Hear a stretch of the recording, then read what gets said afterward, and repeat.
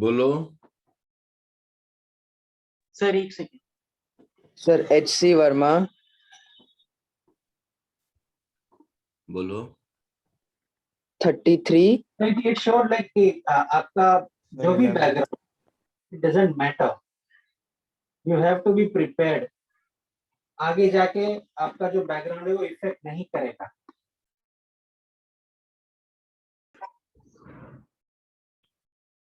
हाँ बोलो। SCV में कौन सा बोल रहे हो? 11th और 7 और 9 क्वेश्चन नंबर 33, 34, 36।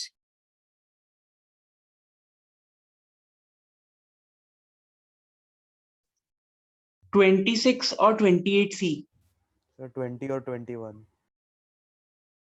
13 सर 15 33 का B। 26 28C 13 15।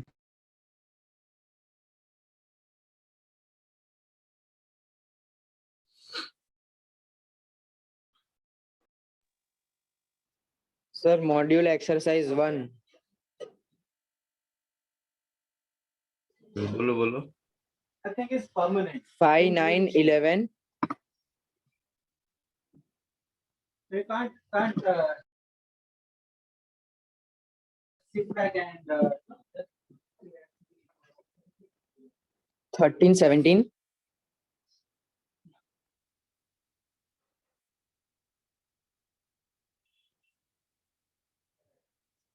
20, 32, 34।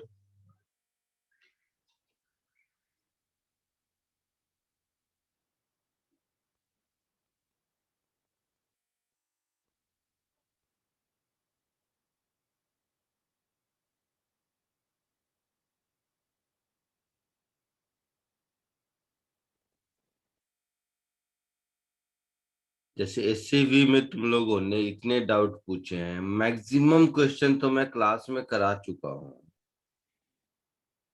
शायद ये कुछ क्वेश्चन नहीं कराया होगा, वो सब पूछ ले। तुम लोग इसको डाउट पूछना नहीं कहते हैं, और ऐसे प्रॉब्लम सॉल्विंग नहीं होता है बेटा। तुम लोग शायद समझ नहीं रहे हो, कितने दिनों से मैं कह रहा हूँ।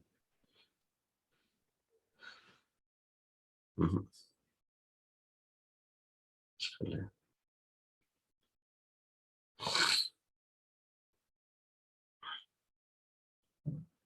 SC वर्मा पहले बुक निकालो।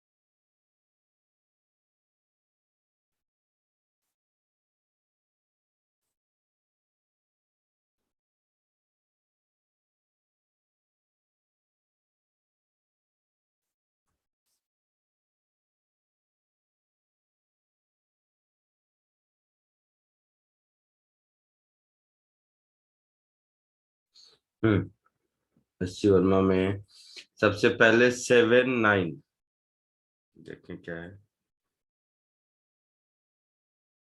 7 भी क्लास में करा चुका हूँ, 9 भी क्लास में करा चुका हूँ।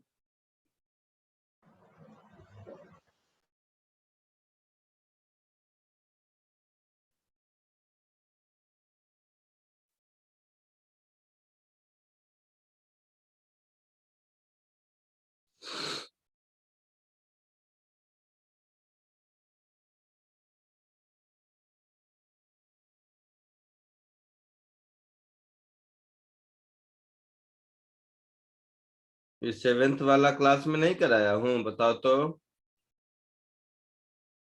सर सिमिलर क्वेश्चन करवाया है। सर 1 to 15 आपने मोस्टली करवा दिए थे। हाँ भाई, सब करवा दिया हूँ मैं। नोटबुक भी कॉपी नहीं करता है।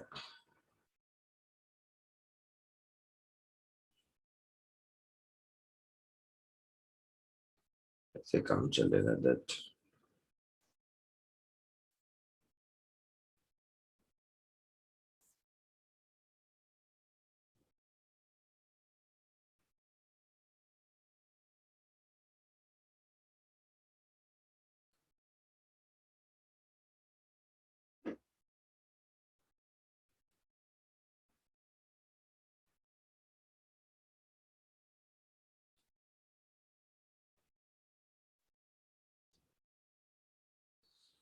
इस समय इसकी वेलोसिटी v1 इधर होगी, इसकी वेलोसिटी v2 इधर होगी, तो मोमेंटम कंजर्वेशन से m1 v1 is equal to m2 v2 होगा।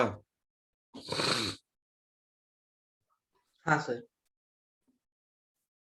एनर्जी कंजर्वेशन से -g m1 m2 upon r1 initial energy, -g m1 m2 upon r2 plus half m1 v1 square plus half m2 v2 square. ये दूसरा equation नहीं कराया हूँ class में, बताओ तो जरा सा देख के एक बार।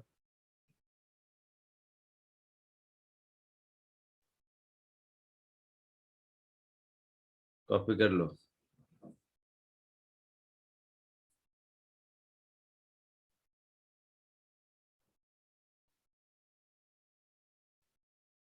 Question number 9।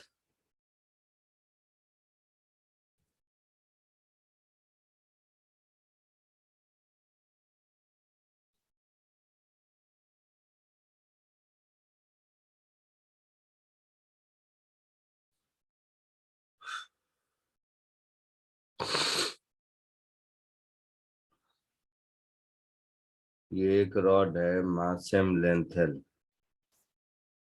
इसके परपेंडिकुलर बाइसेक्टर पर d डिस्टेंस दूर ग्रेविटेशनल फील्ड चाहिए।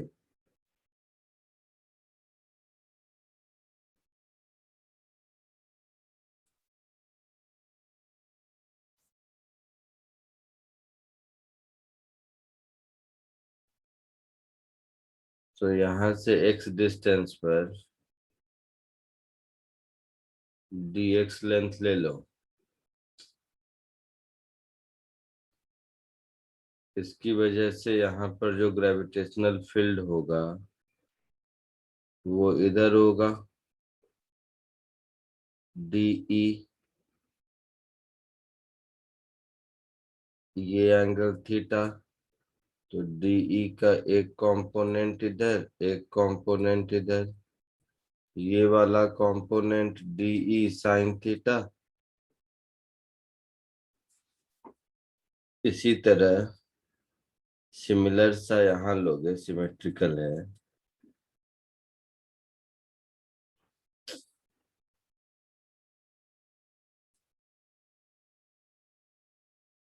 इसके कारण जो ग्रेविटेशनल फील्ड होगा उसका भी DE साइन थीटा इधर होगा और DE कॉस थीटा इधर ऐड हो जाएगा। तो रिजल्टेंट फील्ड हो गया मेरा 2DE कॉस थीटा। इसको 0 से L/2 तक इंटीग्रेट कर देंगे तो हमारा काम चलेगा। होगा ऐसा हाँ सर। लग रहा है। सर कॉस थीटा कैसे आया? हम्म।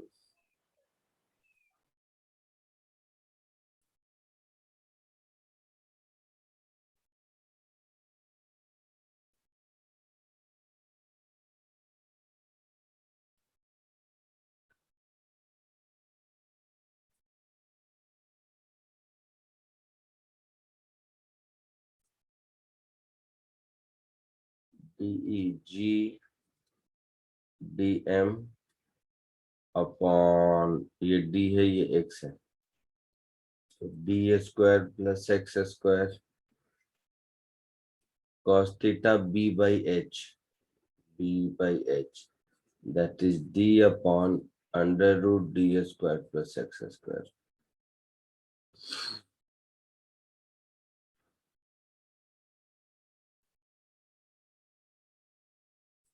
So 2G D बाहर dm mass per unit length into dx divided by d square plus x square to the power 3 by 2, 0 से L by 2. So finally 2G M D L बाहर integral 0 to L by 2 dx upon d square plus x square to the power 3 by 2. सोच समझ के एक बार लिखो और final answer तक पहुंचो।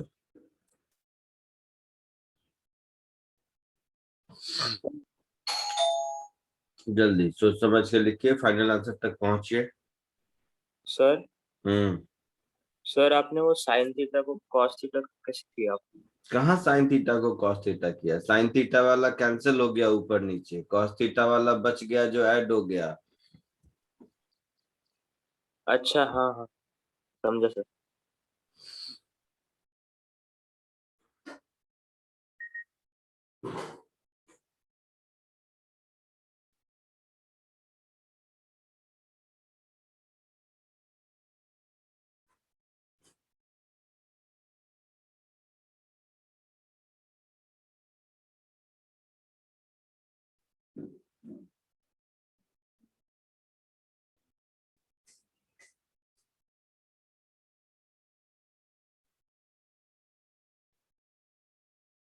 Sir, can you explain again? क्या एक्सप्लेन? Sir, पूरा क्या पूरा? ऐसे थोड़े ना होगा, कुछ भी उठ के चले आता हूँ एक्सप्लेन अगेन। क्वेश्चन पढ़ा है, सॉल्यूशन देख रहा है, एग्जैक्टली बताओ क्या बताऊं? solution. अरे क्या सॉल्यूशन? कहाँ? डायग्राम दिख रहा है? Sir, वो इंटीग्रल वाला। जो dx लेंथ लिया उसका ग्रेविटेशनल फील्ड DE है। हाँ उस सर। D के दो कंपोनेंट हैं, एक cos थीटा वाला, एक sin थीटा वाला। हाँ सर। वही dx अगर सिमेट्रिकली नीचे ले लेंगे तो देखेंगे D sin थीटा वाला एक दूसरे को कैंसिल करता है और cos थीटा वाला ऐड हो जाता है। तो total gravitational field 2D cos theta आता है इन दोनों पेयर ऑफ dx लेंथ की वजह से। तो पूरे रॉड की वजह से कितना होगा? तो 0 से L/2 तक इंटीग्रेट कर देंगे तो पूरा रॉड कवर हो जाएगा। हमने मिडिल ऑफ द रॉड से x डिस्टेंस पर dx लेंथ का छोटा सा रॉड का एक सेगमेंट लिया, ऊपर और नीचे। इन दोनों के कारण ग्रेविटेशनल फील्ड आया मुझे 2DE cos theta towards rod. तो 0 से ऐसे ही L/2 तक जाएंगे तो ऊपर वाले के साथ नीचे वाला भी कवर होता जाएगा, क्योंकि ये रिजल्ट तो ये दोनों पेयर का है ना। हाँ सर। हाँ, तो इंटीग्रेट किया। अब सॉल्व करके आंसर तक पहुंच के बताइए।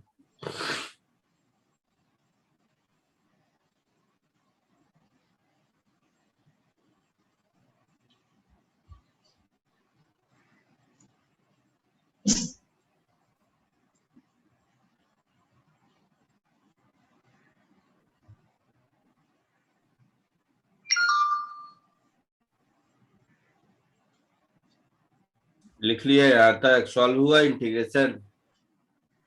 हाँ सर। Yes sir. क्या आया? कैसे सॉल्व हुआ?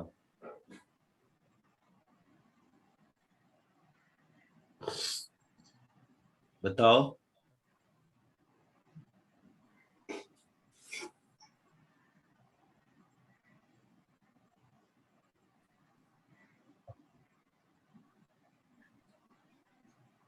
कैसे कैसे सॉल्व किया बताओ? क्या बोल रहे हो?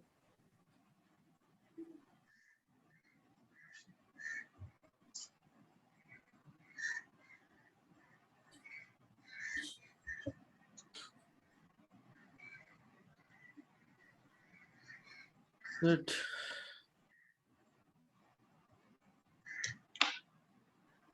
तो ये इंटीग्रेशन हो गया 2GMD/L इंटीग्रल dx की जगह लिख दो d sec square theta d theta. नीचे x को d tan थीटा पुट करोगे तो 1 + tan स्क्वायर sec स्क्वायर होता है।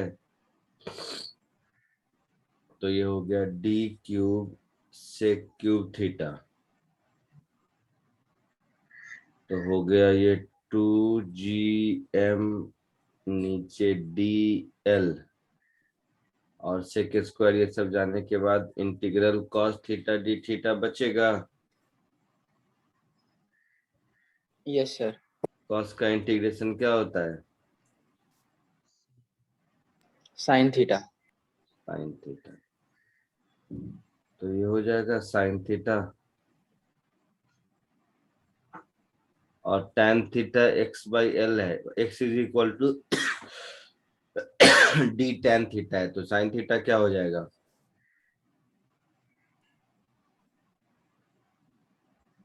बोलो। X by square root square plus L square D square plus X square. Lower limit 0 upper limit L/2।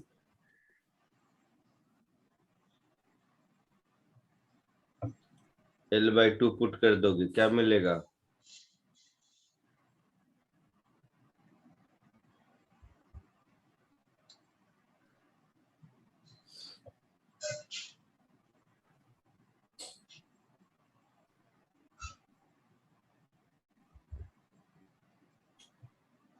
Zero पे zero तो यही कुछ आंसर होगा। 2 हटा दो तो फाइनल आंसर 2GML/DL और √L² + 4D²। ये L भी हटा दो। ये है आंसर। यस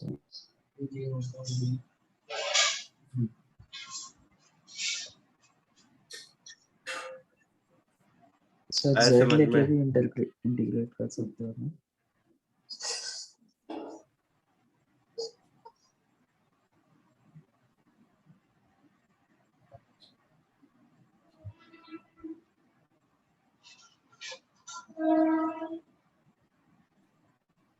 11, 13, 15। बाप रे बाप, लगता ही नहीं है चैप्टर पढ़ाया है। चलो जल्दी कॉपी करो।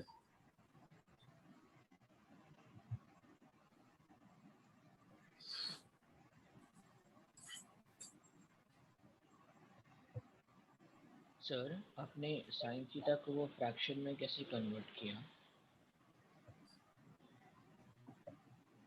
tan थीटा क्या है? Sign by cos. देर बेवकूफ, पहले भी तुम लोग कुछ नहीं किया है। इस चैप्टर में थोड़े ना, हर चैप्टर में यही काम, यही रिपीट होता है। यहाँ दिख रहा है tan थीटा इज x/d। हाँ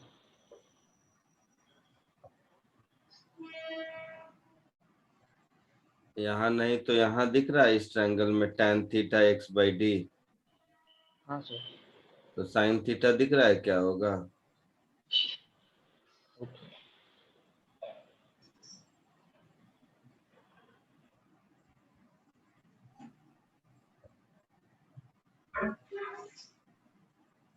ओके सर।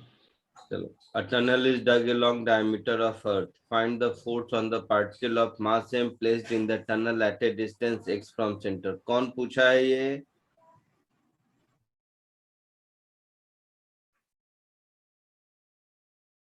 सर ये तो वर्ड टू वर्ड पर रहा था अपने क्लास में।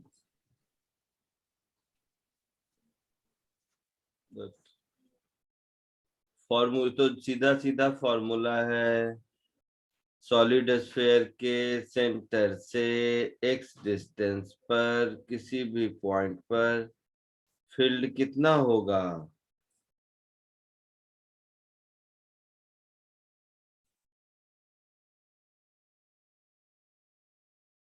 फोर्स क्या होगा? मास इनटू फील्ड, मास m। फील्ड का क्या फॉर्मूला है सॉलिड स्फीयर का? gmx अपॉन r क्यूब है फॉर्मूला। हाँ सर। तो ये आंसर हो गया। Yes sir, x upon r cube। क्यों पूछा था मैं समझ ही नहीं पाया।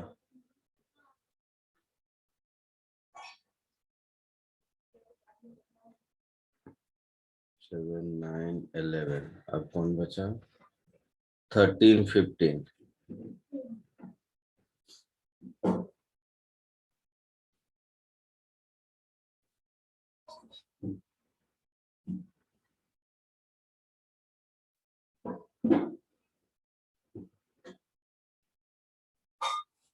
थर्टीन, कितने शर्म की बात है। देखो 13th क्वेश्चन, फॉर्मूला में वैल्यू पुट करना है। देखो चलो कोई नहीं।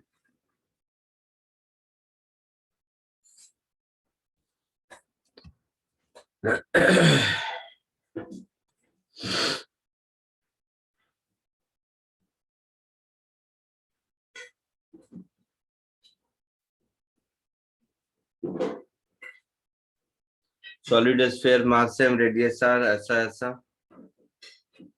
particle of mass m dash is placed on the line joining center at a distance x from the point of contact of the sphere and the cell. Find magnitude of resultant gravitational force on this particle due to a sphere and cell at कुछ कुछ। तो देखो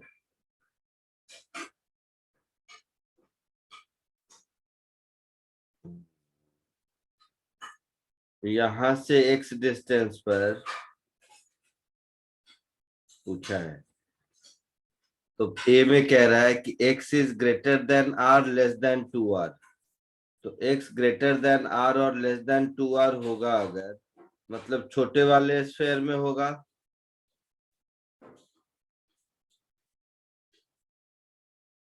किसने पूछा था? बोलो। हाँ sir. x का वैल्यू r से ज्यादा है और 2r से कम है, तो यहाँ और यहाँ के बीच में ही होगा ना।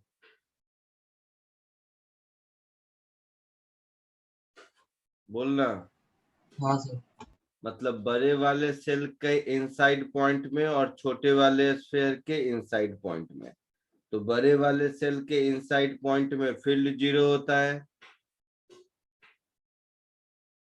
तो छोटे वाले सेल के इनसाइड पॉइंट पर जो होगा वो होगा, that is gm dash upon.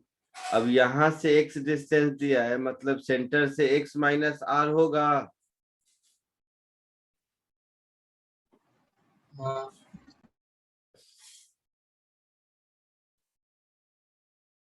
तो सेंटर से x minus r distance upon इसका रेडियस r क्यूब हो गया। ये आंसर ए का, और बड़े वाले के कारण 0।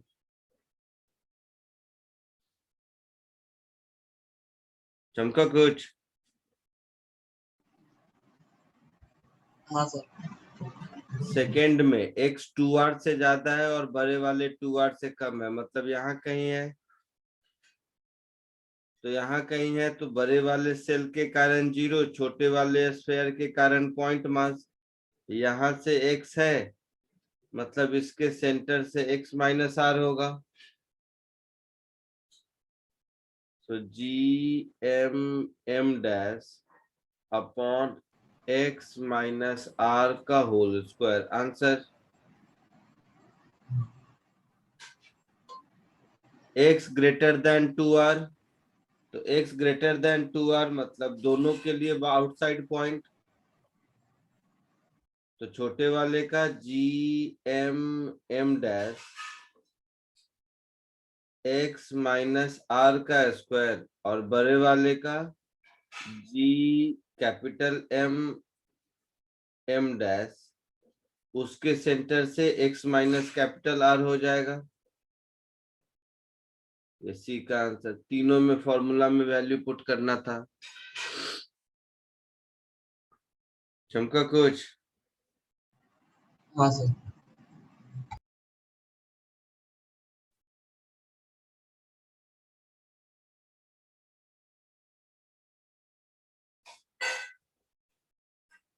फिफ्टींथ, ये भी पूछ चुके हो क्लास में, मुझे याद है तुम लोग। इससे पहले भी एक बार डाउट लिया था ना एससीवी का?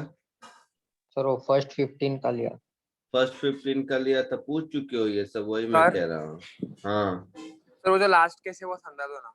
क्या समझाऊं, बोलो। लास्ट केस बस x greater than 2r। Practice ही नहीं किया है घर में, नहीं तो एक और वर्ड बोलता, कहता हाँ समझ आ गया। अरे यहाँ पर कहीं पॉइंट है, यहाँ से इसका डिस्टेंस x है, क्वेश्चन में लिखा है, जहां पर दोनों मिलते हैं वहां से। तो इसके सेंटर से x माइनस स्मॉल r, इसके सेंटर से x माइनस कैपिटल R।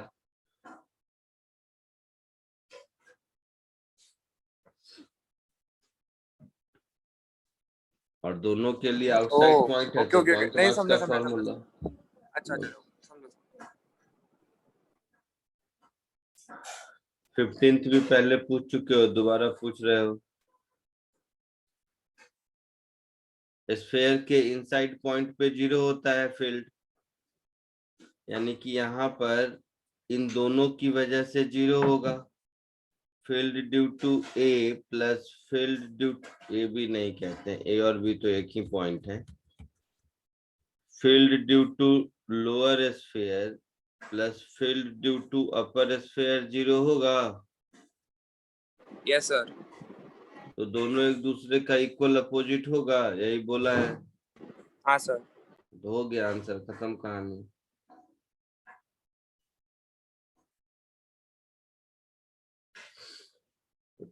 उसके बाद बचा 2021। तो दोनों का फील्ड का मैग्नीट्यूड विल बी ऑपोजिट ना?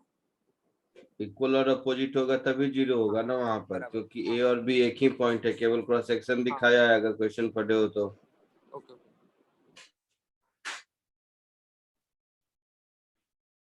2021 ये दोनों क्लास में नहीं कराया है, देखो तो एक बार।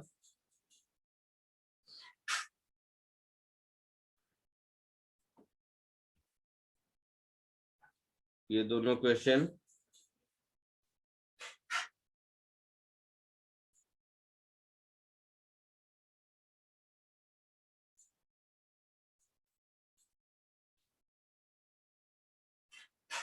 कोई नहीं, देखो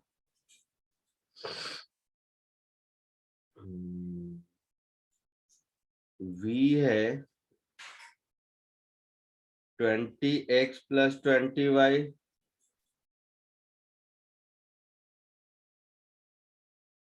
तो gravitational field minus del v by del x I cap minus del v by del y j cap, तो -20 I cap minus 20 j cap. तो किसी भी पॉइंट पर ग्रेविटेशनल फील्ड यही होगा। ये हो गया बी का आंसर। हाँ सर। तो ग्रेविटेशनल फोर्स क्या लगेगा, मास इनटू ग्रेविटेशनल फील्ड। मास कितना है 500 ग्राम, 500 ग्राम मतलब 1/2 kg, सो 1/2 इंटू -20I -20 जी। तो ये हो गया -10 कॉमन I प्लस J। तो Yes, फोर्स sir. का मैग्नीट्यूड क्या हो गया 10√2 न्यूटन। सर हाँ सर। अगर इसमें ना प्लेस एट ओरिजिन नहीं लिखा रहता तो क्या चेंज होता? कोई चेंज नहीं होता, फील्ड कांस्टेंट है, एक्स वाई पर डिपेंडेंट नहीं है, तो ओरिजिन हो या कहीं भी हो कोई फर्क नहीं पड़ता। ठीक है ये सर। फील्ड में कोई एक्स वाई का फंक्शन थोड़े ना है। हाँ समझ गया sir.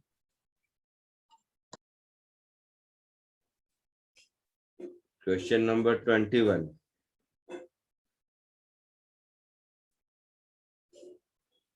Gravitational field 2i + 3j, तो ये हो गया फील्ड का डायरेक्शन 2i + 3j, और ऑब्जेक्ट जा किधर रहा है 3y + 2x = 5। स्ट्रेट लाइन पढ़ चुके हो? हाँ सर। हाँ सर। तो इस ब्लैक वाले लाइन पर जिसका इक्वेशन है 3y + 2x = 5, इस पर पार्टिकल जा रहा है इधर से उधर, है ना? हाँ सर। तो इस लाइन का स्लोप कितना होगा? -2/3।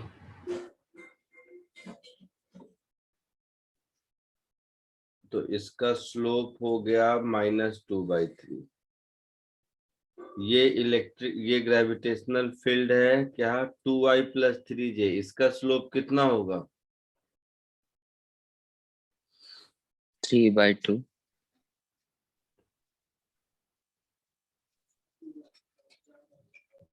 3/2 होगा। हाँ सर। तो दोनों के स्लोप का प्रोडक्ट -1 दिखता है। हाँ सर, परपेंडिकुलर है मतलब। तो दोनों मतलब वर्क डन 0, परपेंडिकुलर है, मतलब वर्क तो डन ये 0। फील्ड है, इधर जाएंगे तो वर्क डन 0 होगा। हाँ सर।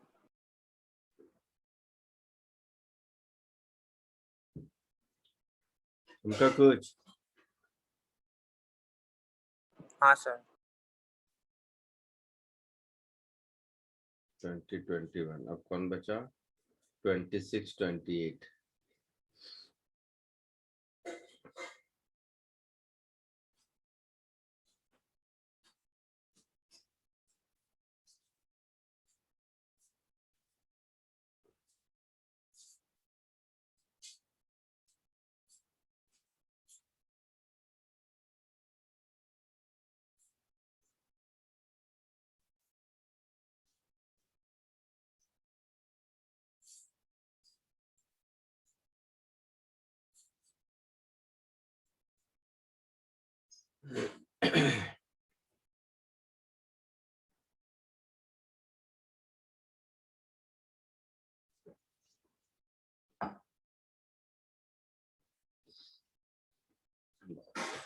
क्यों पूछ रहे हो सच में?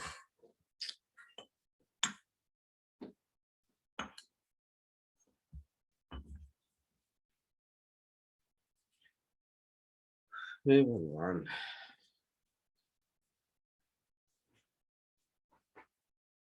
इक्वेटर पर जी इफेक्टिव क्या होगा? G0 - ω² R। हाँ सर। हाँ सर, खाली बोलते हो तुम लोग। H हाइट ऊपर जी इफेक्टिव क्या होगा?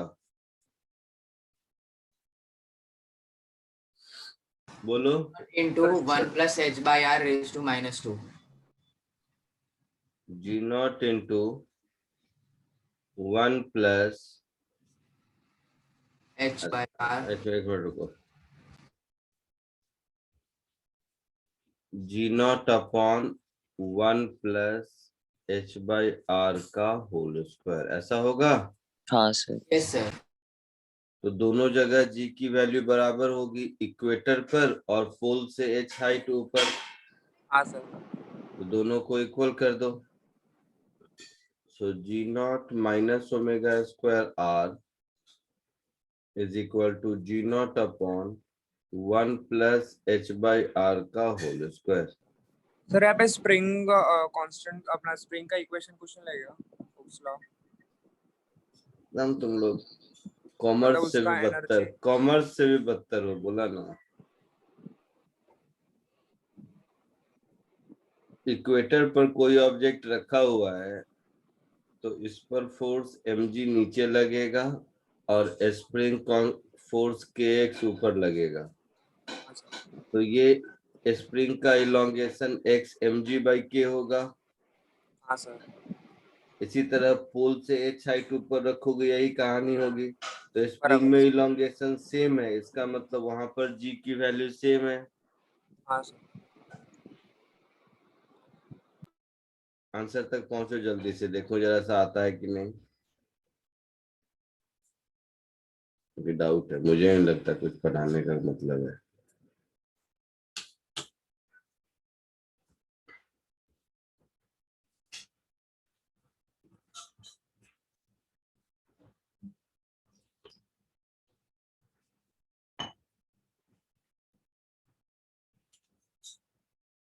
जी नॉट मालूम है, रेडियस ऑफ अर्थ मालूम है, ओमेगा हाँ मालूम है, हाँ सर। कोशिश करो।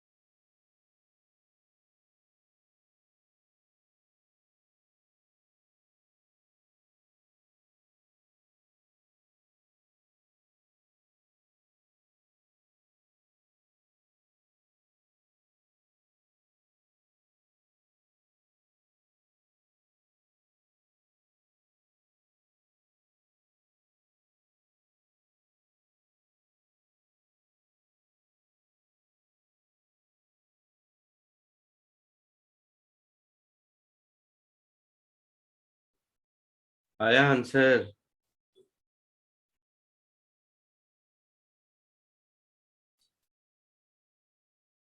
Sir 10 kilometres approximately. मैच किया आंसर पीछे से?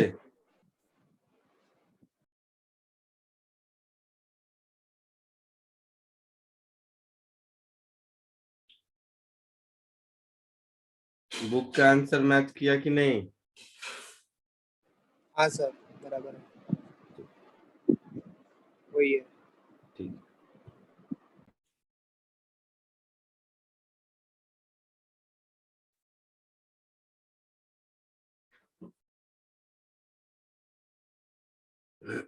Next 28।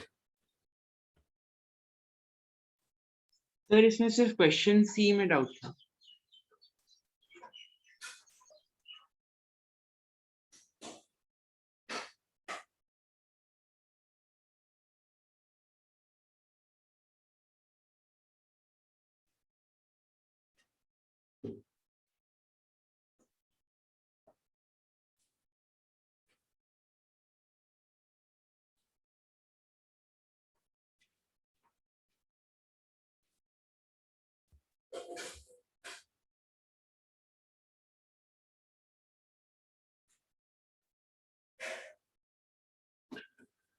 A pendulum having a bob of mass m is hanging in a ship sailing along equator from east to west.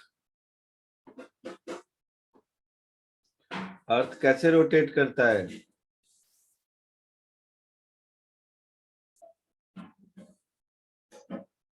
Waste to east. Earth west to east rotate करता है।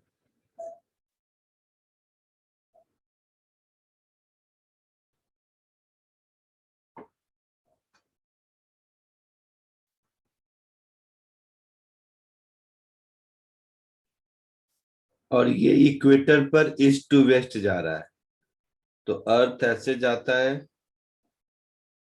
और ये इस equator पर इसका उल्टा ऐसे जा रहा है। हाँ sir. When the ship is stationary, मतलब शिप रुका हुआ है with respect to water, the tension in the string is T naught. ठीक है, मतलब जब ये रुका हुआ है तो T naught की वैल्यू क्या होगी? mg minus m omega square r, ऐसा होगा। हाँ सर। सर वो इफेक्ट कैंसिल करेगा ना। Find the speed of ship due to rotation of earth about its axis. तो केवल ये स्पीड रुका हुआ है, अर्थ एक्सिस के अबाउट रोटेट कर रहा है, तो उसकी वजह से ये क्या नाम है इसका, शिप घूमता हुआ दिखाई देगा उतने ही स्पीड से जितने स्पीड से अर्थ रोटेट कर रहा है। होगा सर क्या लिखा है कि when the ship is stationary with respect to water, मतलब शिप रुका हुआ है तो अर्थ रोटेट कर रहा है, अर्थ के ऊपर शिप रुका हुआ है, तो शिप की स्पीड कितनी होगी जो अर्थ के रोटेशन की वजह से स्पीड है आर ओमेगा। हाँ तो ये हो गया ए का answer. B, find the difference between T naught and earth attraction. तो अर्थ अट्रैक्शन तो mg है और ये टी नॉट है, आई बात समझ में? So mg minus T naught m omega square r, ये सेकेंड का आंसर। हाँ सर।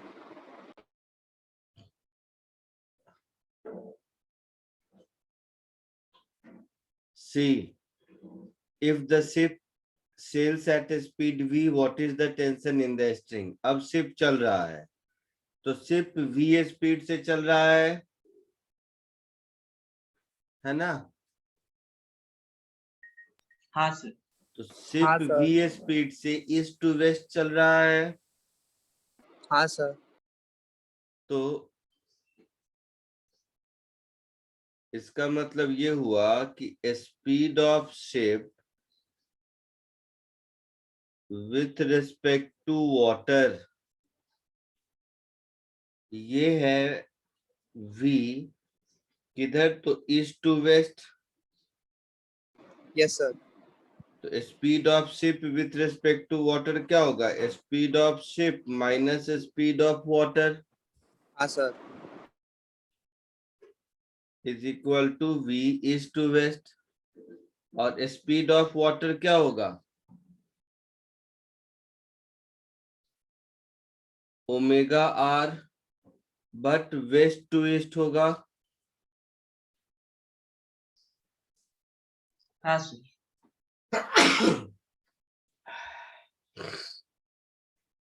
और ये ईस्ट टू वेस्ट है ना? तो स्पीड ऑफ शिप मेरा हो जाएगा v east to west plus omega R west to east, तो दोनों मिला के v माइनस ओमेगा आर हो जाएगा।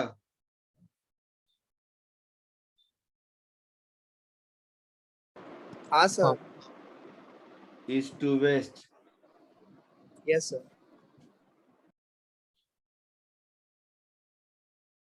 तो क्या पूछा है आपसे? क्या निकालना है? Tension in the string. तो टेंशन इन द स्ट्रिंग क्या हो जाएगा? mg minus mv²/r। तो v की जगह इसको पुट कर दो।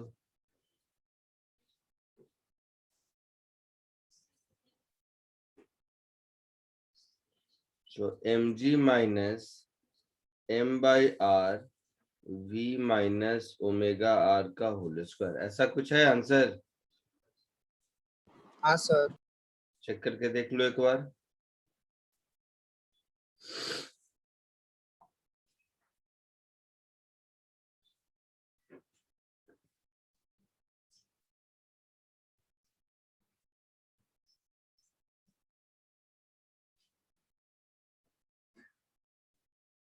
सर VS में प्लस होगा ना?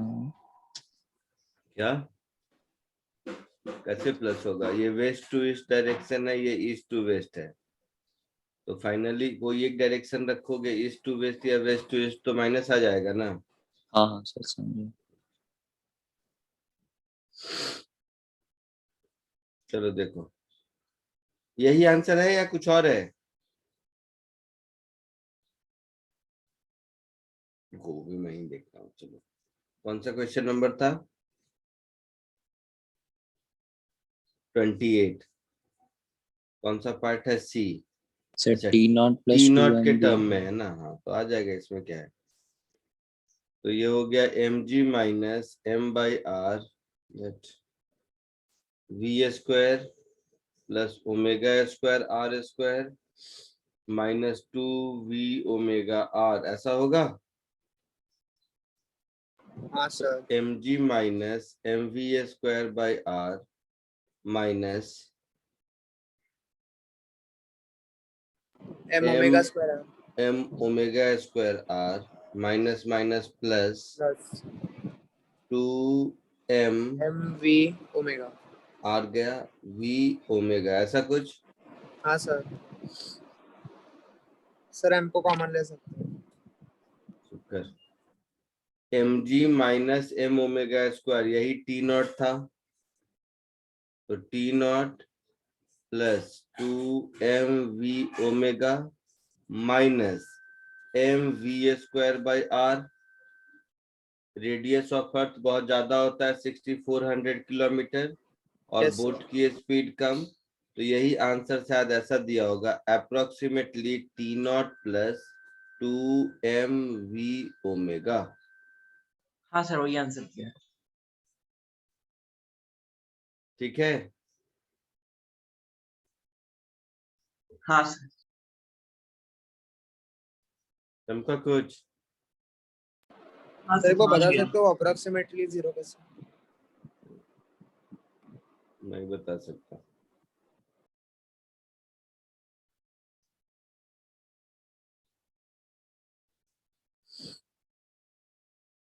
थर्टी 34 36। अरे रेडियस ऑफ अर्थ 6400 किलोमीटर है। तो देखो नीचे में रेडियस ऑफ अर्थ है, हाँ सर। और पानी में जो जहाज चलेगा उसकी स्पीड कितनी होती है? देखा है जहाज चलते हुए? हाँ सर। तो समझ आ रहा है कि 0 होगा। Okay.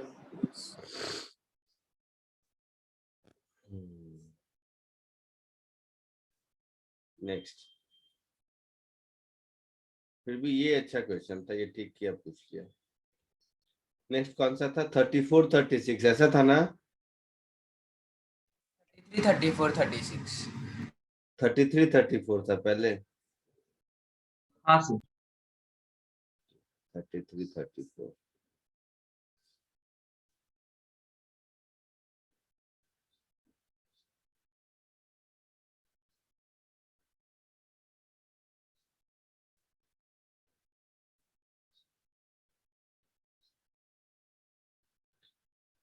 Find the radius of circular orbit of a satellite moving with angular speed equal to angular speed of Earth rotation. If satellite is directly above the North Pole at some instant, find the time it takes to cover over equatorial plane, mass of the earth, ऐसा वैसा क्यों नहीं solve हुआ?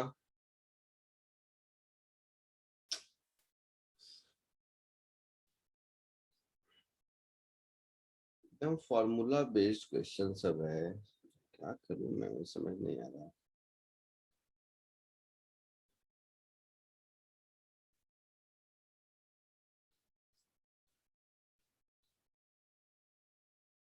चलो देखो, जी mass of earth, mass of satellite upon r square is equal to mass of satellite into omega square into a small r, ऐसा होगा?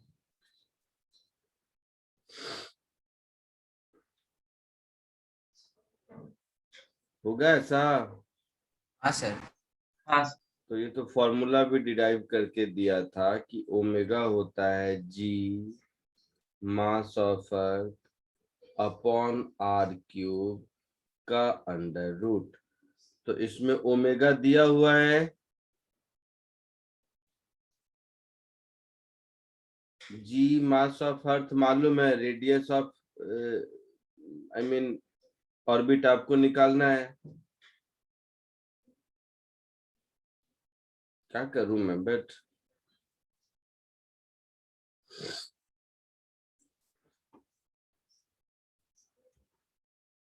Radius of orbit हो जाएगा G mass of earth upon omega square whole to the power 1/3, यही होगा। हाँ sir.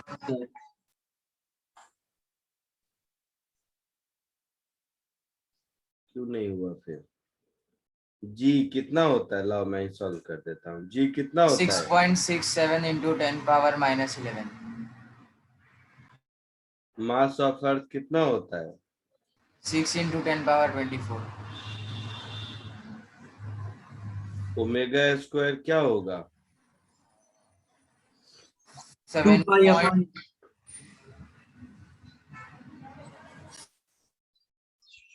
2 pi upon 86400।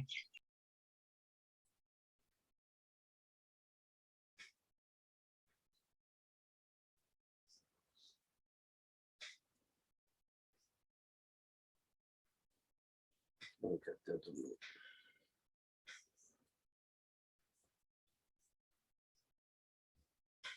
Pi square का value almost 10 होता है, ऑलमोस्ट क्या 10 ही होता है। 4 से ये 1.5 हो गया,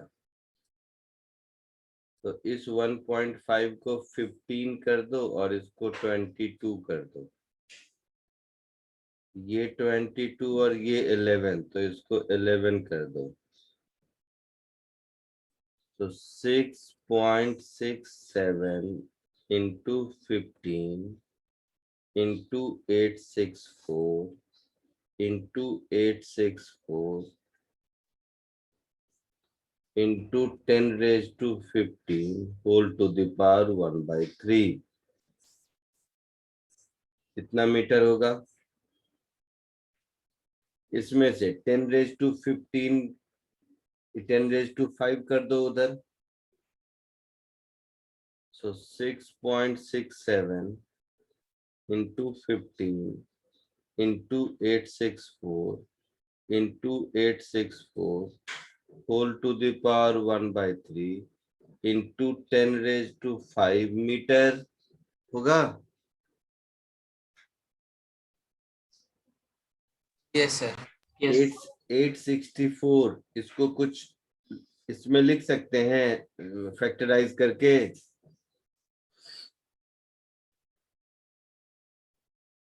बोलो, और नहीं तो कैलकुलेटर से सॉल्व कर दो। 421.128। कितना? 421.128। 421.128 into 10⁵ मीटर, ऐसा?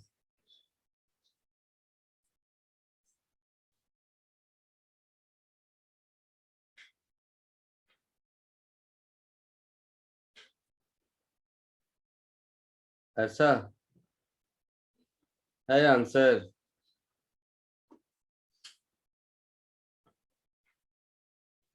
बताओ चेक करके।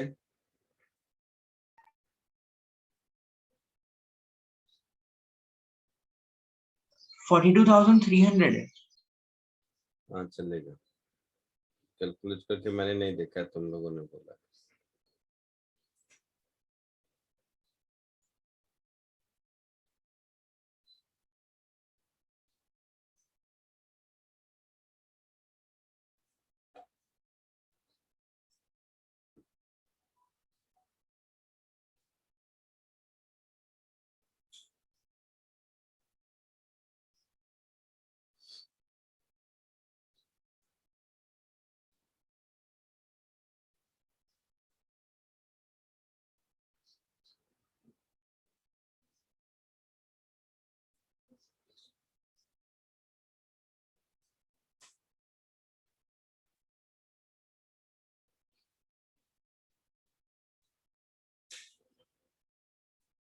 हो गया, आगे बढ़ूं?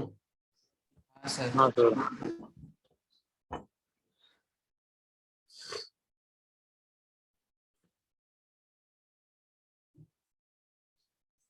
B. If the satellite is directly above North Pole at some instant, find the time it takes to cover the equatorial plane, mass of Earth, ऐसा। तो रेडियस मालूम है, नॉर्थ पोल के ऊपर है ऐसा बोला है, तो इक्वेटोरियल प्लेन कवर करने में कितना टाइम लगेगा, मिल जाएगा। देखो भाई, देखो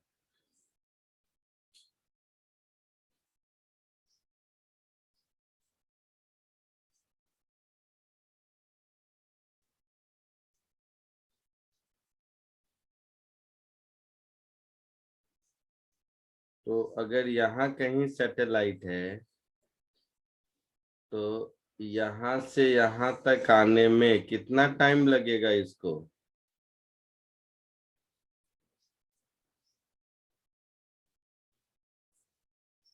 अर्थ तो ऐसे रोटेट कर रहा है, तो ये अगर ऐसे चल रहा है तो अर्थ के रोटेशन से इसमें कोई फर्क नहीं पड़ेगा ना। ये तो कहीं नहीं बोला है कि ये आई मीन अर्थ के रोटेशन के लॉन्ग ऐसे चल रहा है जैसा बाकी क्वेश्चन में चलता था, ऐसा थोड़े ना है। ये तो बोला है ना पहले कहीं नॉर्थ पोल साउथ पोल पे ऐसा कुछ। हाँ नॉर्थ पोल। आई बात समझ में?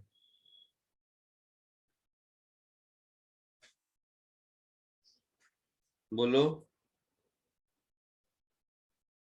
तो कॉमन सेंस है ना, 1/4 टोटल टाइम पीरियड का 1/4 लगेगा यहाँ से यहाँ आने में।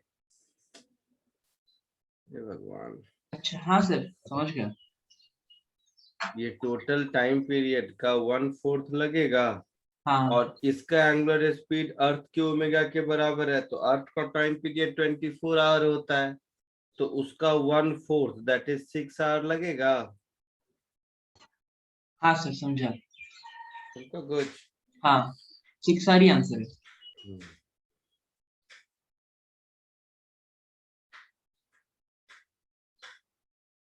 34, ये 34 क्लास में नहीं कराया हूँ।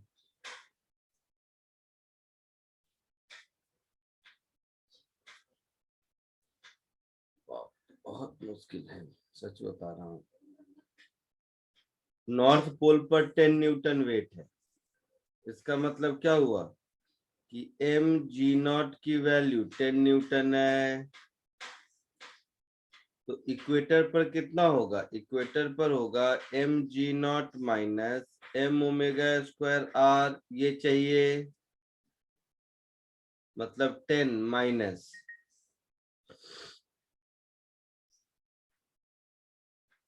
इसको ऐसे लिख दो, जी से ऊपर नीचे मल्टीप्लाई कर दो, ज्यादा अच्छा रहेगा। जैसे मन वैसे कर दो, इसमें क्या है। 10 न्यूटन है मतलब मास 1 kg का होगा, तो 10 माइनस ऐसा कहते हैं 10 into omega square R by G naught, यही होगा ना। तो 10 into 1 minus omega square R upon G not.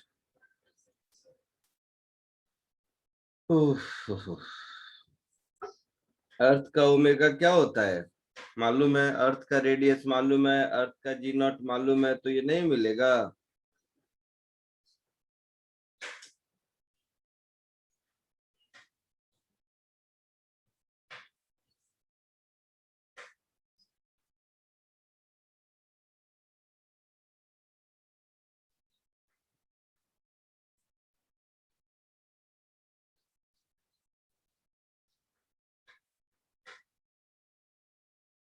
ऐसा कुछ होगा। Yes sir. पाई स्क्वायर और जी नॉट इक्वल हो गया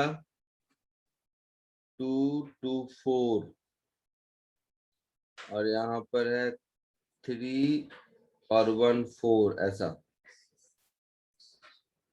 सो 10 into 1 minus 4 into 640 divided by 864 into 864 करके बताओ क्या होगा।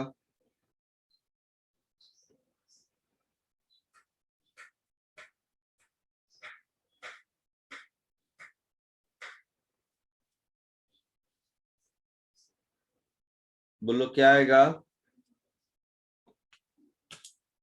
मैं करूं, चलो मैं ही कर देता हूँ कैलकुलेटर से।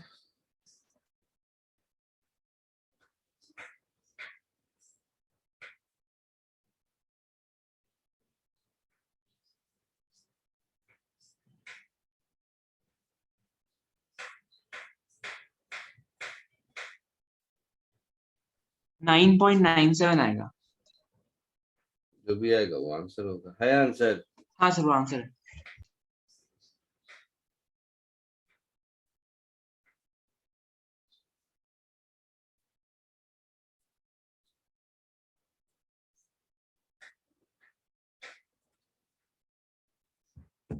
हो गया। सर आंसर 0.23 है। देखो कुछ और किया होगा।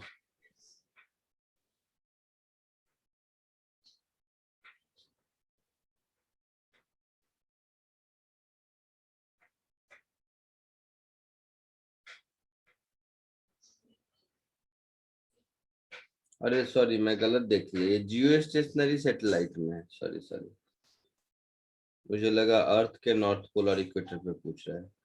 What is the true weight of an object in geostationary satellite if it is weighted 10 Newton at North Pole? Okay, okay, मैं क्वेश्चन ही गलत समझ लिया। Sorry sorry. सर सब जियोस्टेशनरी सैटेलाइट्स का रेडियस सेम होता है क्या? हाँ, ठीक है सर। उसको पार्किंग ऑर्बिट कहते हैं। ठीक है 7R के ऑलमोस्ट बराबर होता है, 7 टाइम्स रेडियस ऑफ अर्थ के। अब ये सब चीजें मैं बता के क्यों रखूं, प्रॉब्लम सॉल्व करते करते खुद एनालाइज करना चाहिए। हर जियो स्टेशनरी सैटेलाइट अर्थ से 6R डिस्टेंस ऊपर होता है। ठीक है सर। हाँ सुनो, तो नॉर्थ पोल पे 10 न्यूटन है, मतलब एम जी नॉट की वैल्यू है 10 न्यूटन। तो आपसे पूछा है जियो स्टेशनरी सैटेलाइट पे इसकी वेट कितनी होगी। तो जियो स्टेशनरी सैटेलाइट पे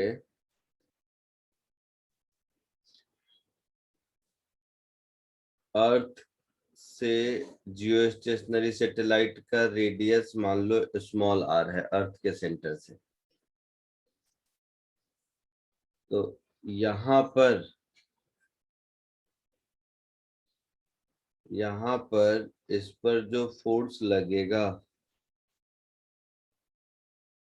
वो m इंटू जी लगेगा, जो यहाँ का जी होगा, है ना। है ना। हाँ सर। तो अगर जियो स्टेशनरी सैटेलाइट का आर मिल जाए तो हमारा आंसर क्या हो जाएगा? तो हमारा आंसर हो जाएगा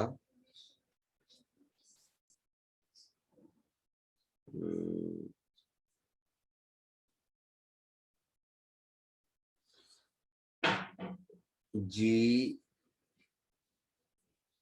M M upon small R का स्क्वायर, ऐसा हो जाएगा।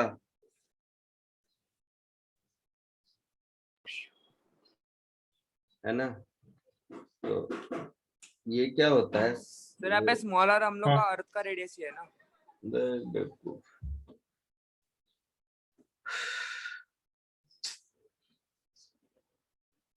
कुछ भी करो।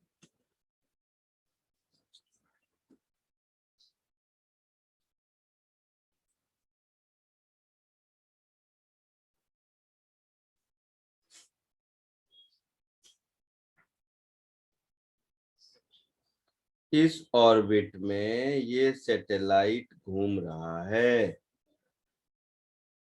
तो ये अच्छा ओके सैटेलाइट ओके, का समझा समझा ऑर्बिट समझा है।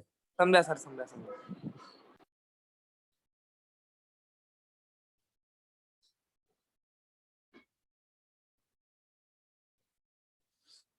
और ये अर्थ रुका हुआ है, सैटेलाइट घूम रहा है।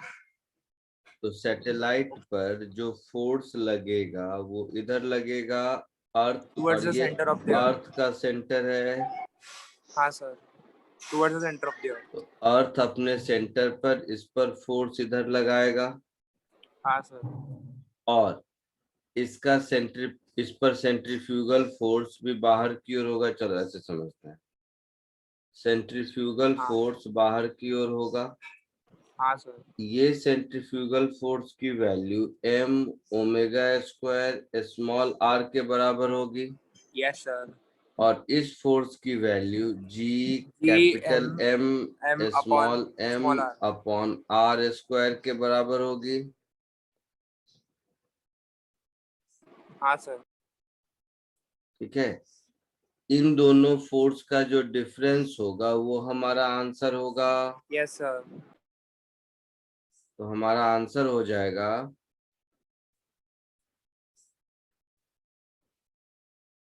g capital M small m upon r square minus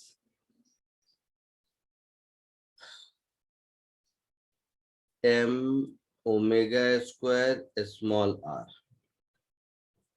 तो इसको ऐसे लिख दो, g capital M small m upon capital R square into capital R square minus small r square minus yes sir. Small m।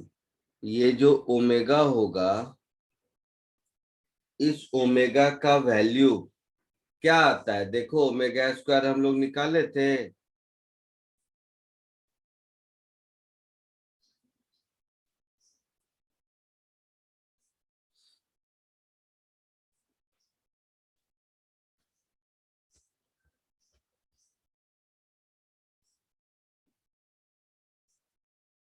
चलो ऐसे ही सोचो, अर्थ तो इसी फोर्स से खींचा है ना, अर्थ के फ्रेम में ही कर दो, वैसे तुम लोगों को दिक्कत है। अर्थ इस फोर्स से खींच रहा है, ठीक है। इसमें से पोल पर, मतलब G capital M small m upon earth radius का स्क्वायर जो होगा, ये दे रखा है 10 न्यूटन, मुझे दे रखा है। हाँ सर। तो ये हो गया 10। अर्थ का रेडियस 6400 किलोमीटर, और ये जो रेडियस है ये जियो स्टेशनरी सैटेलाइट का रेडियस है ना। Yes sir. तो देखो 6400 का 7 टाइम्स ऊपर आया था कहीं आंसर?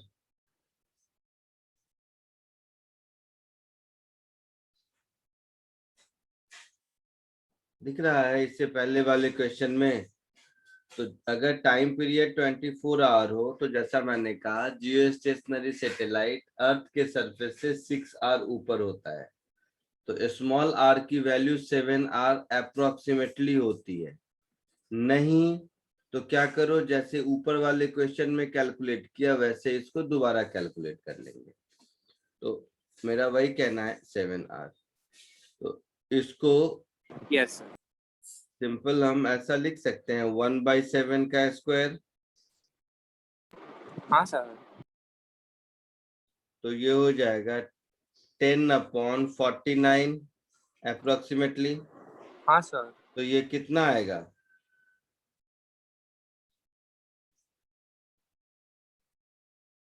जीरो 0.50 होता तो 2 आता, तो 0.2 समथिंग होगा। 0.204।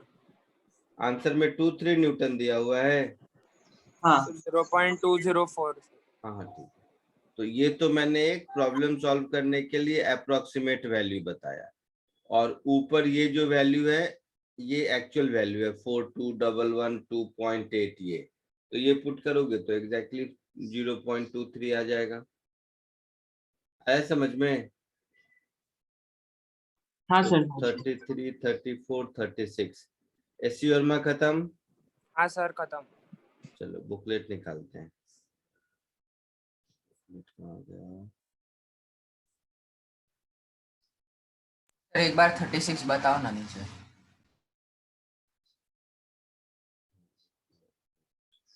एक मिनट।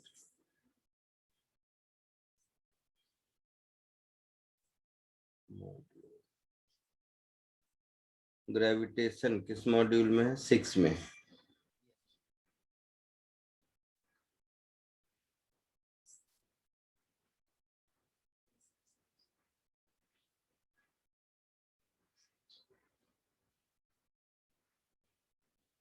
ये किसने किया?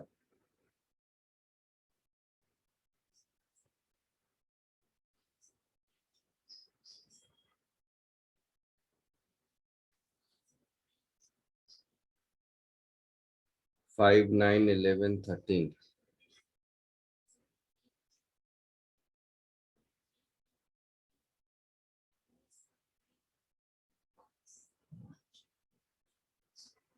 कौन सा दिखाना था?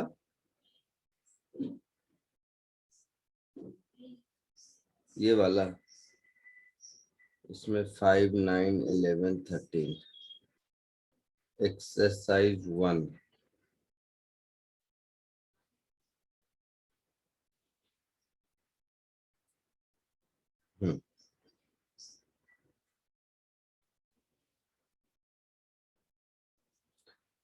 हाँ, क्वेश्चन नंबर 5 बेटा ये कुछ मिस्टेक है। 5 को छोड़ दो, पहले भी किसी ने पूछा है, 5 में मिस्टेक है, बाकी सब बता देता हूँ। सर 5 के पहले जो भी क्वेश्चन है उसमें L 2√2L है, तो मेरा आंसर मैच नहीं कर रहा था। क्या 5 के ऊपर? सर 5 के पहले के जो क्वेश्चन है उसमें लेंथ में अलग है और आंसर में L के टर्म्स में दिया है। अबे कौन सा क्वेश्चन? 1 to 4 बात कर रहे हैं सर। उसमें कहाँ एल वेल है? बुकलेट एक्सरसाइज 1 की बात कर रहे हो ना?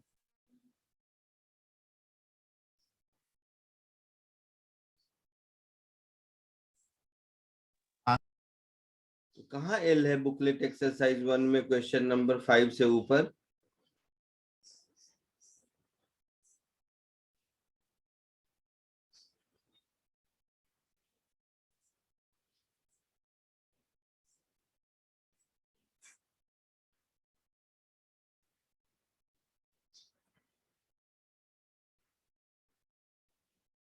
चलो मॉड्यूल में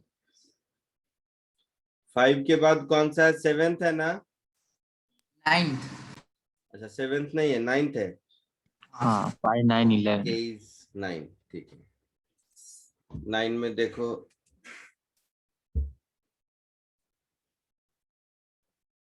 a particle of mass a matter distance a from the surface of thin spherical shell of equal mass radius a। ठीक है।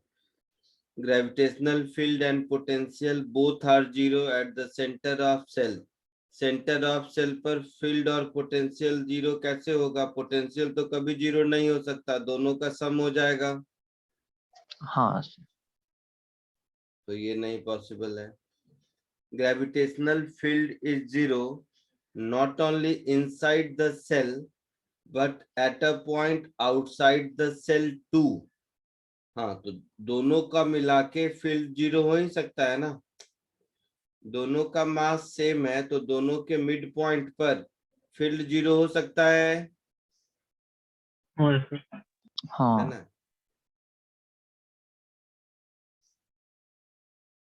Neither gravitational field nor gravitational potential is zero inside the cell.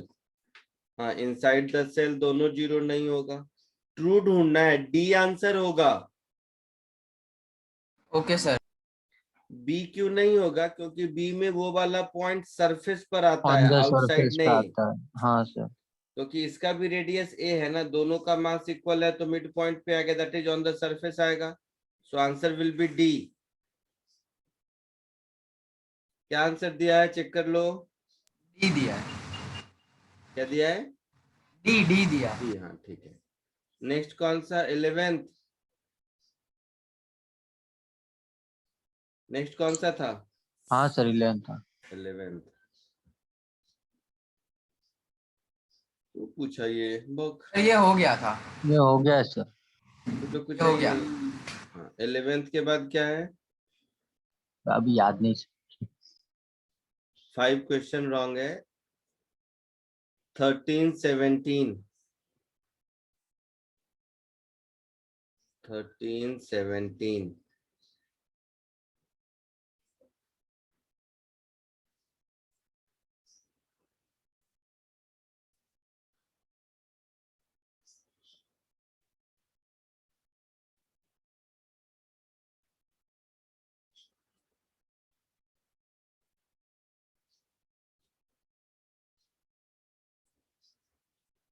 13 देखो।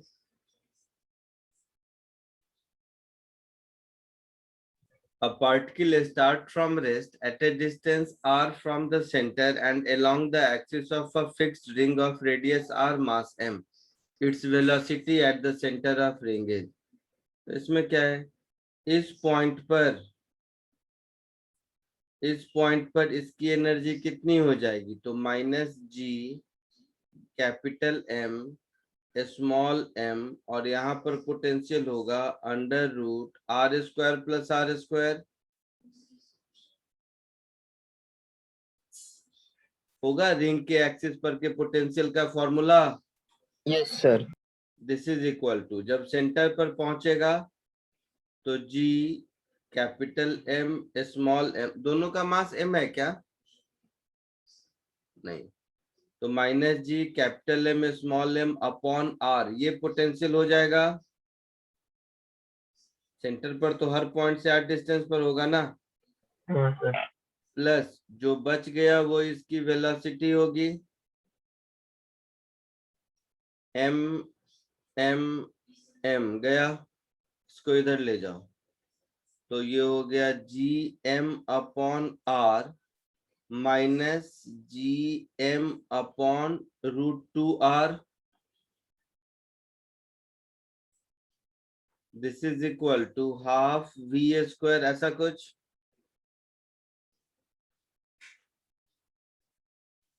होगा। So gm upon r common 1 - 1/√2 into 2 into √, इसी का यही v होगा। ऐसा कुछ है आंसर?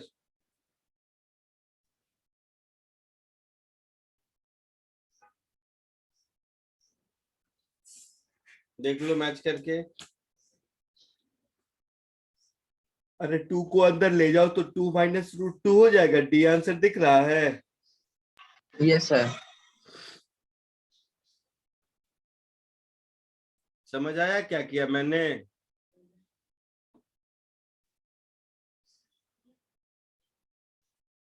बोलो। हाँ हाँ सर समझा। एनर्जी कंजर्व किया 1720।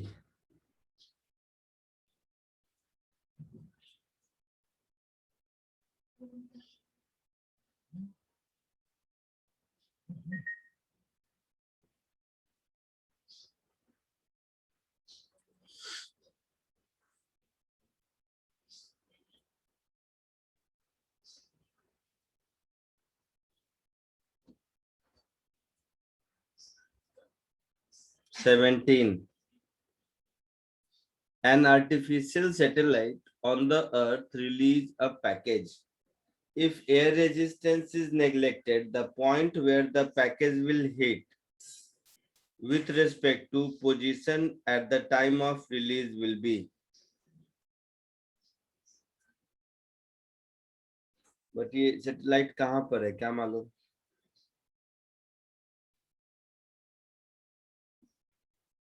अगर ये जियो स्टेशनरी सैटेलाइट है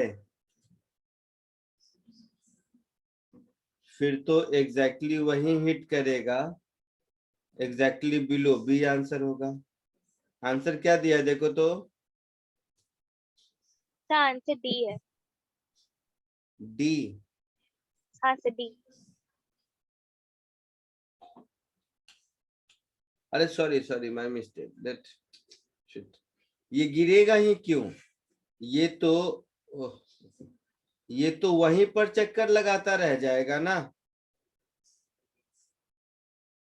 जैसे ये सैटेलाइट चक्कर लगा रहा है, इसमें से कोई एक पार्ट अलग हो गया तो ये भी इसी पाथ पर चक्कर लगाता रहेगा, ये नीचे क्यों गिरेगा? इसको तो अर्थ पहले भी पुल कर रहा था ना, समझ आया कुछ? हाँ सर। इसको तो अर्थ पहले भी पुल कर रहा था, और जब ये पैकेट सैटेलाइट से बाहर निकलेगा तो उस समय इसकी वेलोसिटी सैटेलाइट के बराबर होगी। Yes sir. तो वेलोसिटी सैटेलाइट के बराबर है और वो उतनी ही है जितना सेंट्रीपिटल फोर्स मिल रहा है अर्थ के अट्रैक्शन से, तो ये गिरेगा नहीं, वहीं घूमता रहेगा। आया समझ में? Yes sir. क्योंकि थ्रो नहीं किया है, रिलीज किया है लिखा होगा, तो रिलीज करने का मतलब है जो सैटेलाइट की स्पीड है वही स्पीड है, क्यों नीचे गिरेगा? नहीं गिरेगा, वहीं घूमता रहेगा। आया समझ में?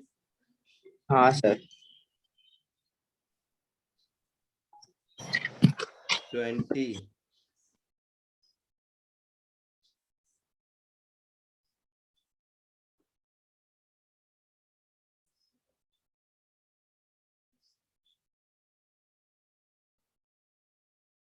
Suppose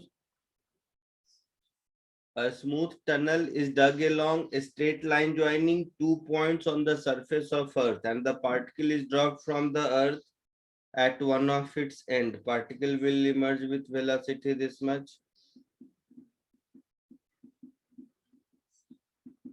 ठीक है, से तो ये SHM का क्वेश्चन है, टाइम नहीं पूछा है ना, ठीक है तो हो जाएगा ऐसे भी। देखो ये अर्थ है और कोई एक टनल बना लो अर्थ का,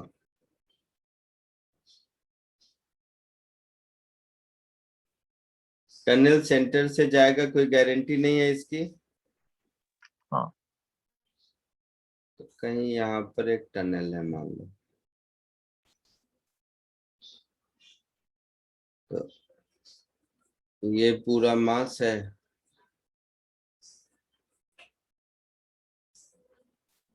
ये सेंटर ऑफ द अर्थ है, तो यहां से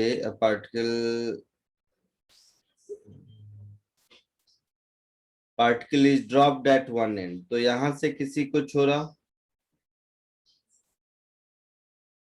तो इसकी स्पीड अगर यहाँ पर u है तो कॉमन सेंस से देखो, जब यहाँ पर u इक्वल टू 0 है तो जब ये यहाँ पहुंचेगा तो पोटेंशियल तो सेम रहेगा ना दोनों पॉइंट पर, तो पोटेंशियल सेम रहेगा तो काइनेटिक भी सेम रहेगा, मतलब यहाँ पर भी v 0 ही होगा एनर्जी कंजर्वेशन से।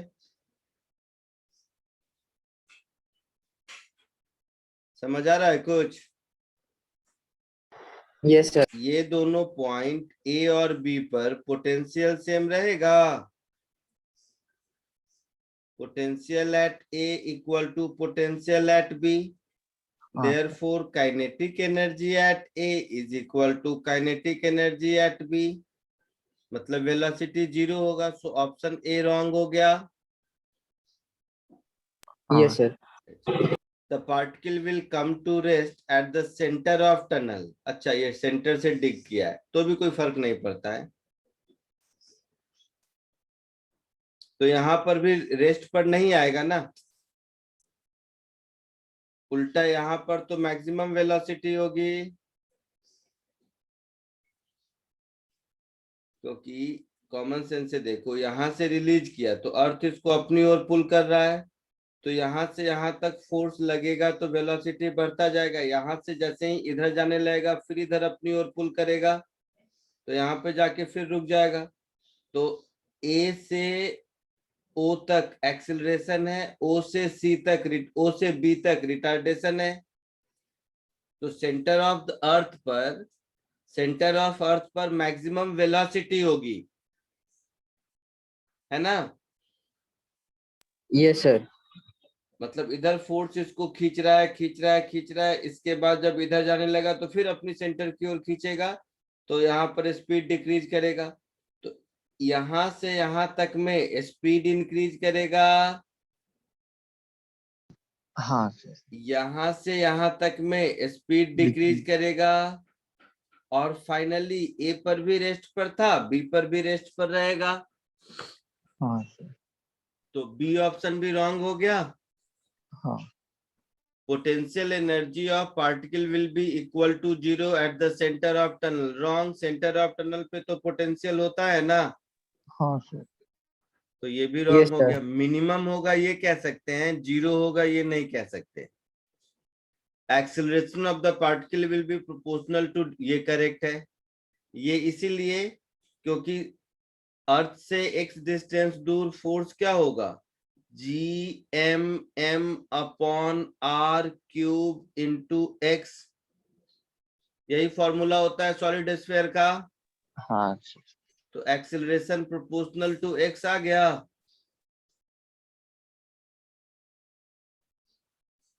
हाँ। Yes sir. ठीक है।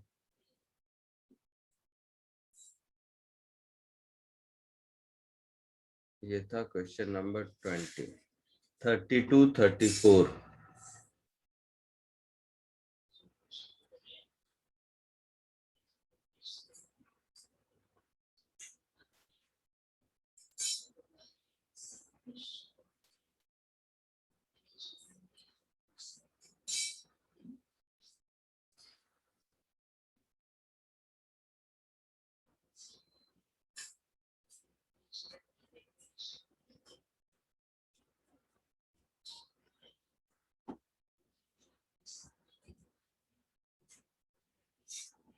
इधर देखो, डबल स्टार सिस्टम का मतलब क्या होता है, ये थोड़ा सा समझना है। ये अच्छा किया पूछ लिया, क्योंकि इसके क्वेश्चन एससीबी वगैरह में नहीं है और ये कॉन्सेप्ट जानना चाहिए। ठीक है, ये अच्छा किया पूछ लिया। डबल स्टार सिस्टम का मतलब ये है कि ये एक स्टार है और ये एक स्टार है, कुछ भी मास हो सकता है। इस क्वेश्चन में एक का मास m दिया है और एक का मास 3m बाइनरी दिया है। सिस्टम।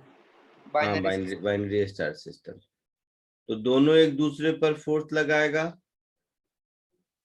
है ना। तो सिस्टम पर नेट फोर्स 0 है, मतलब इस सिस्टम का जो सेंटर ऑफ मास होगा वो रेस्ट पर रहेगा, है ना। Yes sir. Yes sir. तो इसके बीच का डिस्टेंस, अगर मान लो समझाने के पॉइंट ऑफ व्यू से कह रहा हूं, 4x है, तो यहां से 3x और यहां से x डिस्टेंस पर, यहाँ कहीं सेंटर ऑफ मास होगा इसका। हाँ सर। तो ये रेस्ट पर रहेगा, मतलब ये वाला स्टार इस सर्कल में घूमेगा बराबर सर। और ये वाला स्टार इसका circle सेंटर ये है।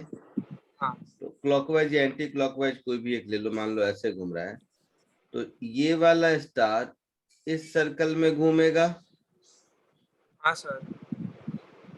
है ना। और सेंटर ऑफ मास यहीं तब रहेगा जब 3m अगर यहाँ पहुंच गया तो ये m यहाँ पहुंच जाएगा, डायमेट्रिकली अपोजिट, मतलब दोनों का एंगुलर स्पीड सेम रहेगा। हाँ सर। ठीक है, अब आओ क्वेश्चन पे। Radius of orbit of lighter star is x, मतलब मेरे डायग्राम में r, 3x का वैल्यू r है। हाँ सर। तो time period of each star, किसी एक का, यस सर। दोनों का तो इक्वल नहीं होगा, तो मान लो छोटे वाले का ही ले लेते हैं। तो फोर्स क्या होगा, G M 3m upon 4x का square is equal to, lighter star का ले लेते हैं। हाँ तो sir. m into time period पूछा है ना, तो ओमेगा स्क्वायर इंटू r, तो इसका r होगा 3x, होगा ऐसा, बोलो। हाँ सर। तो ओमेगा मेरा हो गया under root G M upon 16x³ ऐसा होगा। हाँ और मैंने 3x is equal to r लिया है, तो x का वैल्यू r/3 होगा। तो x का वैल्यू r/3 पुट कर दोगे तो gm 3³ इज 27 और नीचे 16r³ ऐसा होगा। Yes sir. तो ये ओमेगा हो गया, तो टाइम पीरियड क्या होगा, 2π/ओमेगा, that is 2π under root 16r³ upon 27 gm। एक बार मैच करके देखो, ऐसा कुछ आंसर होगा।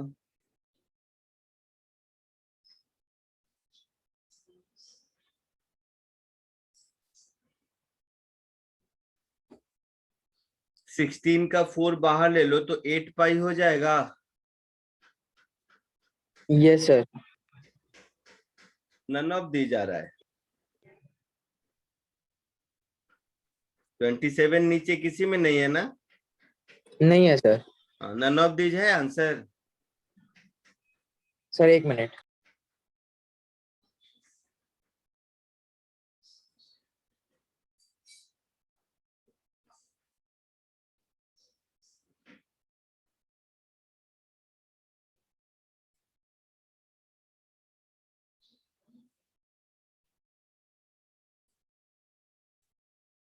हाँ सर, नन ऑफ दीज है।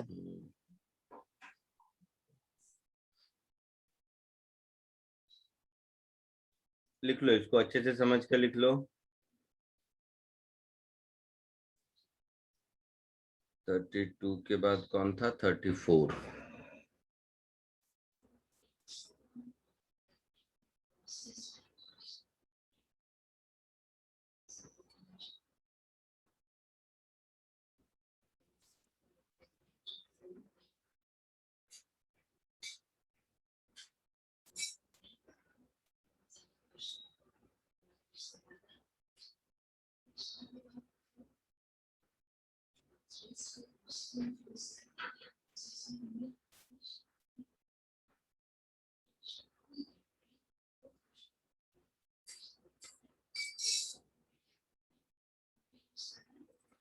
हो गया, आगे बढ़े। सर एक minute. Yes sir.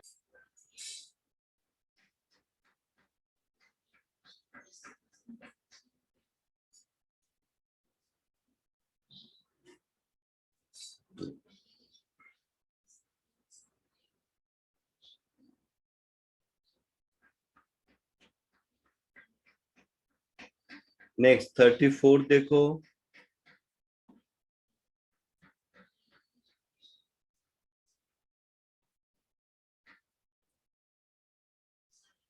A particle is projected from midpoint of line joining two fixed particles.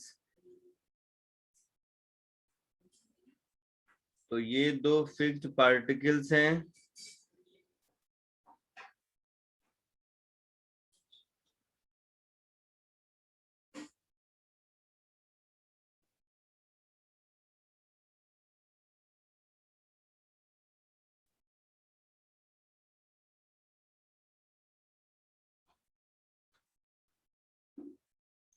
इसके मिड पॉइंट से मतलब यहां से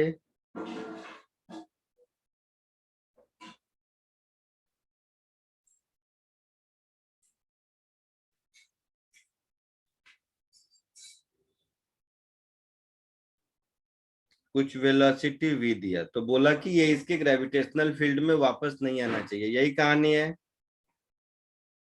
हाँ सर। अच्छा, इसका मास कैपिटल M है, each of mass M capital M होगा क्योंकि आंसर कैपिटल M में दिया है ना। तो ये कैपिटल M, ये कैपिटल M, इसको कुछ मान लेते हैं स्मॉल m, ये आंसर में नहीं आएगा। तो यहां पर अगर हम इसकी एनर्जी लिखें तो यहां पर इसकी एनर्जी होगी twice of G capital M into a small m upon L/2 होगा with minus sign plus half mv²। बोलो। हाँ सर। तो E इज इक्वल टू 0 कह देंगे तो V मिनिमम मिल जाएगा। हाँ सर। तो हाफ m एस्केप वेलोसिटी का स्क्वायर, ये हो जाएगा 2g capital M small m upon L/2, ऐसा हो जाएगा। Yes sir. तो ये स्मॉल m हटा दीजिए, तो ये हो गया VE² upon 2 is equal to 4gm/L, ऐसा कुछ। तो ये हो गया अंडर रूट 8gm/L, तो 2√2 अंडर रूट gm/L, ऐसा कुछ है answer.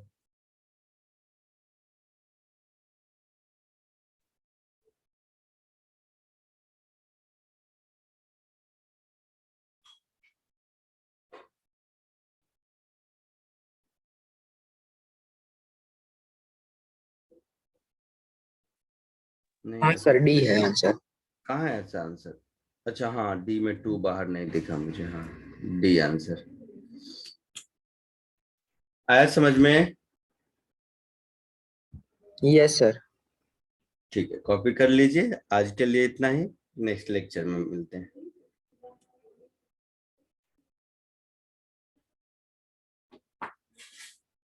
Thank you sir, bye sir. Yeah bye.